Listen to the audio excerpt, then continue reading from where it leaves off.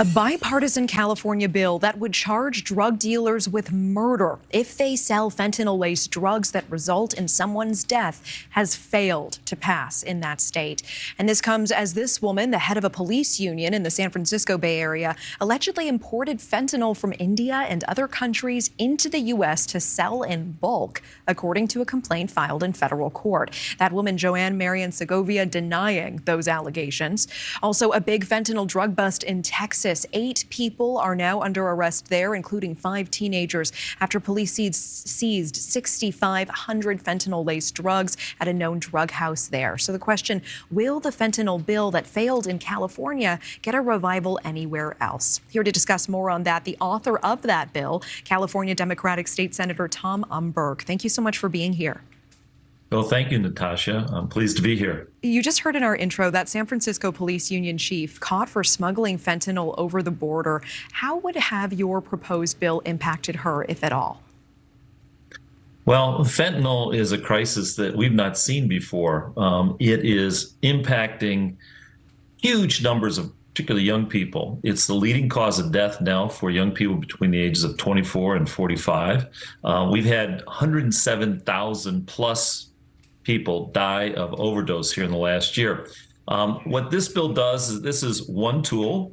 Education, prevention, treatment are all tools to deal with the fentanyl crisis, but this is one tool, and it simply says that if you sell fentanyl and you're convicted, if you sell fentanyl again and someone dies, then that information can be used as evidence in a subsequent trial. In other words, you could be charged with and potentially convicted of second-degree murder.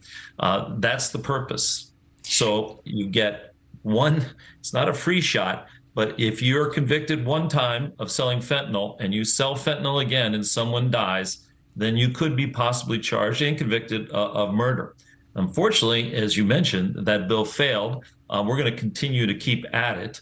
It's again, one tool in dealing with the fentanyl crisis. I appreciate you describing how that bill would have worked in California. It seems like the chain of fentanyl is long and it passes through several hands before finally landing in that end user's hands. So I understand that this bill was looking to go after the specific dealer. Let's say in the case of this woman in the Bay Area, if it was passing through her, if she was smuggling it and passing it on to dealers, would it have given the state the ability to go after a smuggler like her as well? Sure.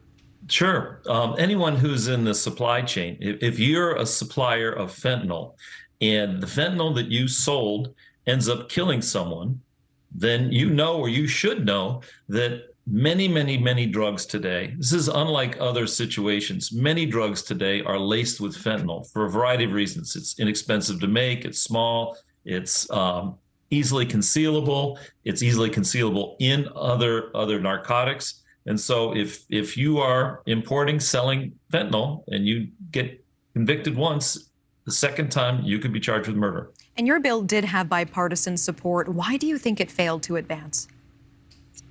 I think we did have significant support. I think the members of the committee, you should ask them. I'm not the best spokesperson for those who didn't support the bill, but their concern is that that there's been over-incarceration of a number of people here in California. And their concern is that some sort of quasi-innocent person who is unknowingly selling something with fentanyl could be convicted. My response to that is that if you've been convicted once, you should know, or you do know, that the next time you sell another narcotic, that there's a very good chance it's laced with fentanyl. If someone dies, then we need to escalate the level of accountability.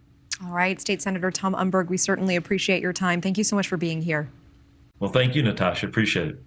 Thank you for watching. Go to newsnationnow.com to find NewsNation on your television provider. And don't forget to click the red subscribe button below to get more of NewsNation's fact-driven, unbiased coverage.